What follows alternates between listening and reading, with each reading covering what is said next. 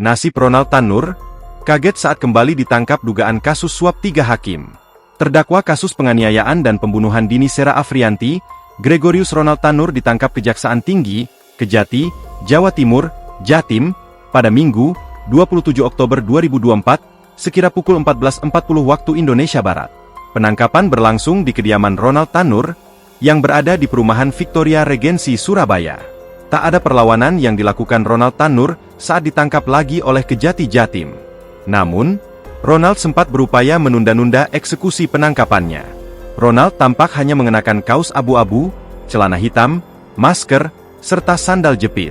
Hal itu diungkap Kepala Kejati Jatim, Mia Amiati, Minggu malam. Hanya sempat kaget, tidak ada perlawanan, ucap Mia. Hanya tindakan wajar untuk menunda-nunda eksekusi, namun sesuai SOP, dia tetap diamankan.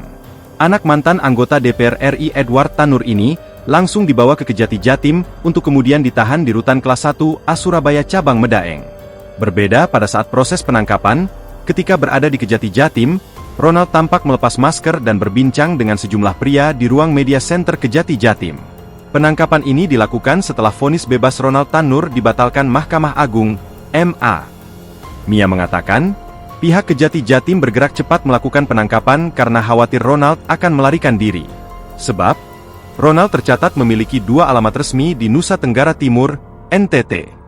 Reaksi Ronald saat kembali ditangkap berbanding terbalik saat ia divonis bebas oleh Hakim PN Surabaya. Saat itu, Ronald tampak tersenyum lebar saat keluar dari sel tahanan. Sebab, vonis hakim membuatnya terbebas dari tuntutan jaksa. Kala itu, jaksa menuntutnya dengan hukuman 12 tahun penjara dan membayar restitusi Rp263 juta kepada keluarga Dini Sera. Selain terlibat dalam pembunuhan kekasihnya, Ronald kini juga terseret dalam dugaan kasus suap 3 hakim pengadilan negeri, PN, Surabaya. Suap tersebut diduga dilakukan pihak Ronald demi mendapatkan vonis bebas.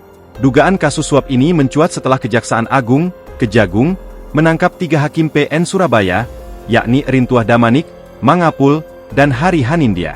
Ketiganya diduga menerima suap terkait vonis bebas yang dijatuhkan kepada Ronald. Suap tersebut diberikan oleh pengacara Ronald, bernama Lisa Rahmat. Selain menyeret 3 hakim PN Surabaya, dugaan kasus suap ini juga melibatkan nama mantan pejabat MA, Zarof Richard. Download Tribun X sekarang, menghadirkan lokal menjadi Indonesia.